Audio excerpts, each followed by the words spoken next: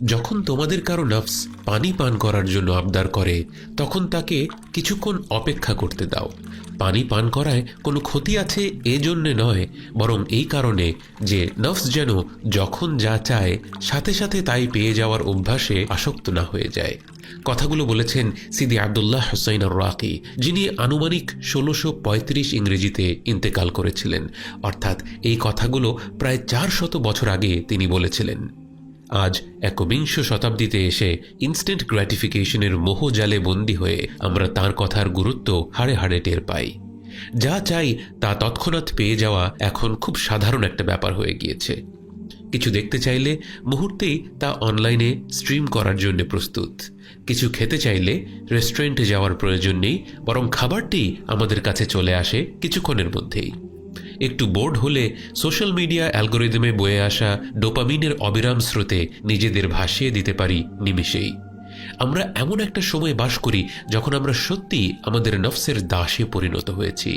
এই অবস্থা থেকে মুক্তি পাওয়া আমাদের জন্য অত্যাবশ্যক। আর এর শুরু হতে পারে সিদি আব্দুল্লাহর সহজ এই পরামর্শ থেকে।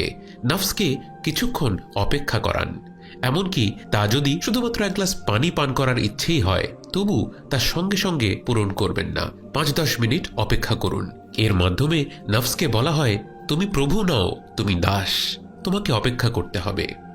এই কাজটিকে ছোট মনে হলেও বাস্তবে এটি আমাদের জীবনে বড় বড় পরিবর্তন নিয়ে আসার একটি ভিত্তি তৈরি করতে পারে। ব্যায়ামের কথাই ধরুন। আসলে কোন জিনিসটা আপনাকে ব্যায়াম করা থেকে বিরত রাখে?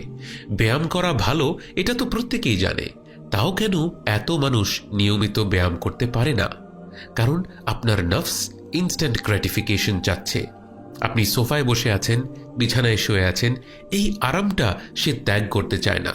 অথচ আপনি একবার ব্যায়ামের পোশাক পরে ফেললে, জুতোজোড়া পায়ে দিয়ে দিলে ব্যায়াম করতে যাওয়ার যে মানসিক বাধা তা বহু অংশে কমে আসে এবং ব্যায়াম করার পর নফস নিজেই তা উপভোগ করে। আরেকটা উদাহরণ হলো আপত্তিকর বস্তু দেখা। এটা হয়তো বর্তমান বিশ্বের সবচেয়ে গুরুতর সামাজিক ব্যাধি, বিশেষ করে পুরুষদের জন্য। যারা এই কাজে লিপ্ত হয় তারা নিজেরাও জানে এটি একটি খারাপ কাজ এবং এই কাজে লিপ্ত হওয়ার পর তাদের মধ্যে এক প্রবল অনুশোচনা বোধও কাজ করে। কিন্তু তারা নফসের দাস হয়ে যাওয়ায় দুর্বল একাকী মুহূর্তগুলোতে তারা এক প্রকার অক্ষমতা অনুভব করে। অথচ অবাক করা ব্যাপার হলো আমাদের নফস নিজেই হলো এক পোষা কুকুরের মতো। আমরা তাকে যেভাবে ট্রেনিং দিব সে সেভাবেই আচরণ করবে।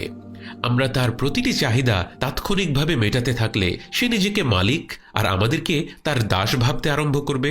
কিন্তু আমরা যদি তাকে কৌশলগতভাবে নির্দিষ্ট কিছু দাবি থেকে বঞ্চিত করি, সে প্রথমে অস্থির হয়ে প্রতিবাদ করা আরম্ভ করলেও অবশেষে পোষ মানতে বাধ্য।